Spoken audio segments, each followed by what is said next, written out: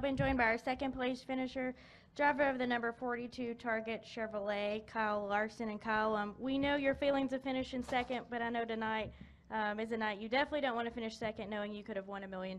So talk to us a little bit about your run and those final 10 laps.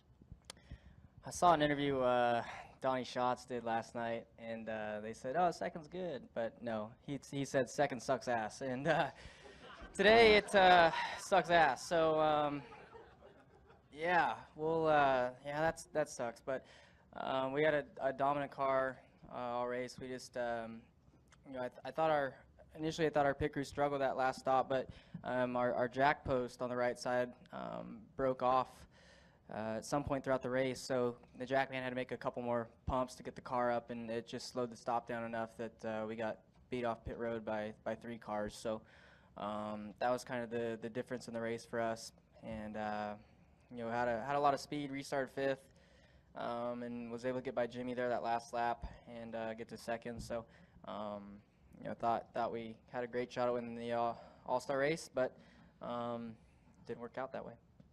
All right, we'll go ahead and take questions for Kyle. If you have one, please raise your hand and state your name and affiliation. We'll start up front, and we'll go to the back for Jacob. Dan McFadden with NBC Sports. When it came to using the option tire, did you guys have a plan about before the race about when you might use it? Did it change at all within the course of the race? And also, what are your thoughts on racing in the All-Star race for a second year? How would you compare this run to last year? So the option tire, I feel like our strategy going into it was going to be to save it for the final segment, but when you saw a few people start to use it early in the race, you kind of have to change up your game plan there. And then after that first run, when Jimmy couldn't catch me on the option tire, I was hoping that we were going to put him on for the next segment, and that segment was a lot of fun. We had cars that had taken 2 option tires and not option tires. The racing was really good, and then there for that final segment, we all had used up our green tires and went at it on the normal ones. So I think the option tire was a really good thing. I think in the future maybe they could bring a tire that has even more grip and more of a speed and lap time difference to that we can visually kind of see that there is a difference. But I thought it was good, and I don't remember your other question. Oh, yeah. So last year was exciting, with the Open or the Showdown, whatever they called it back then. Beating and banging with Chase to make it in, and then my crew having to work really hard to repair that car, and then not really expecting to be that fast in the All-Star race, but we almost won. So that was awesome. Probably a little more heartbroken last year than this year, but this year was nice to be able to watch those, the Open, or I think it's the Open in my motorhome, and then dominate the first 2 stages. The third one we were really good, and then our issues kind of evolved right there, and I got going really, really good that last run. I just didn't have enough laps. All right, go ahead, Jacob. We'll go to Joe next. Go ahead. Jacob Seelman, Performance Motorsports Network. Kyle, you mentioned just now you got going really good at the end of the last sprint, and the high line and slide job, is that high lane where you're so good at so many of these mile-and-a-halfs? You wish you could have found that maybe sooner or gone up top sooner in that final 10 laps? Would it have made a difference?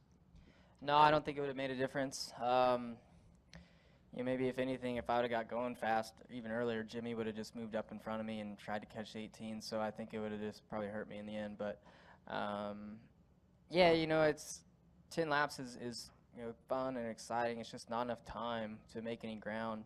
I was able to start making ground there the last couple laps, and I slid Jimmy into 3 there on the last lap, and he was a little upset with me after the race. But it's a race that pays no points, and you never know what can happen in these things. You never know if Kyle would have blown a tire or blown an engine, or I just want to be in position to be the winner, be second to capitalize if he ran into any issues. So Yeah, that was I was running extremely hard there the last few laps, just trying to do anything I could.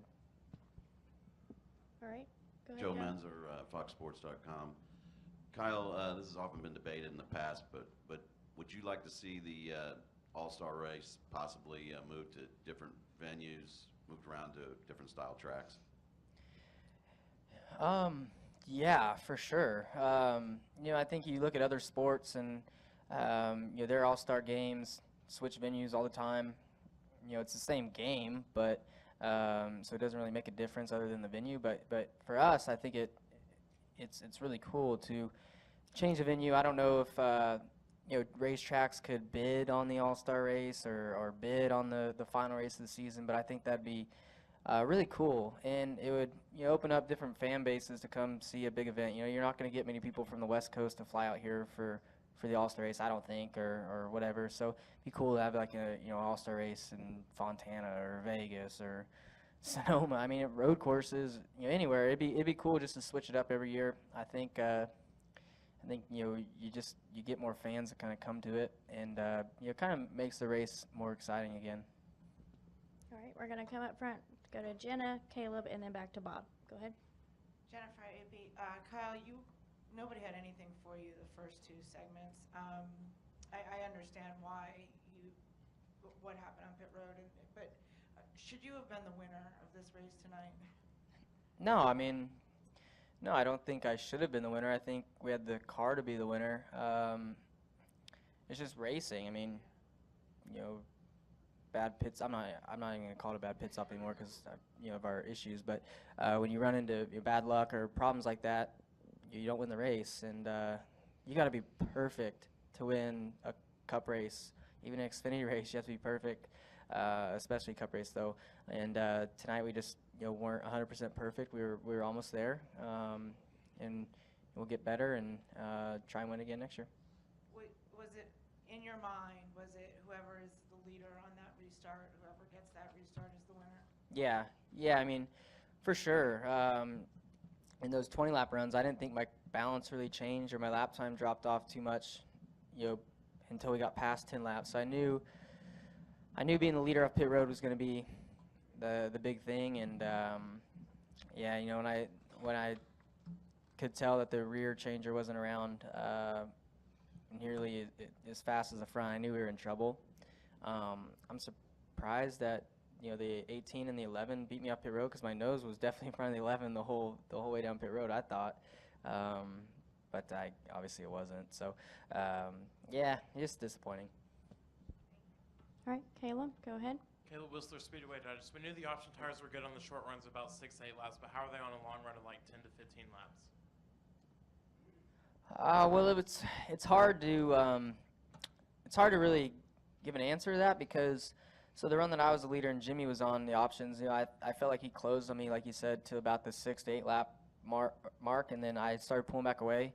And then the run that I was on the green tire, there was a lot of us on the green tire, so I was kind of at the speed that they were at, but we were catching Jimmy, who was on the regular tire. So I don't know, everybody's cars drive differently and stuff. So I felt like the handling of it stayed pretty good though throughout the 20 laps. I don't know how the lap time looked because I was battling people, so I wasn't really looking at my dash to see what I was running. But so I don't know. All right, we're gonna go to Bob and then Daniel. Go ahead, Bob. Bob Pockers, ESPN.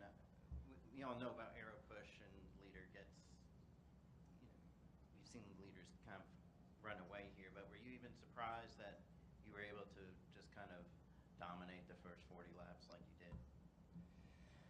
I wasn't surprised. Our race cars have been really fast this year. I wasn't really surprised that I didn't get back to the lead. I guess I am surprised I didn't get to the lead when I had the option tire on. I just got a bad restart and got kind of split.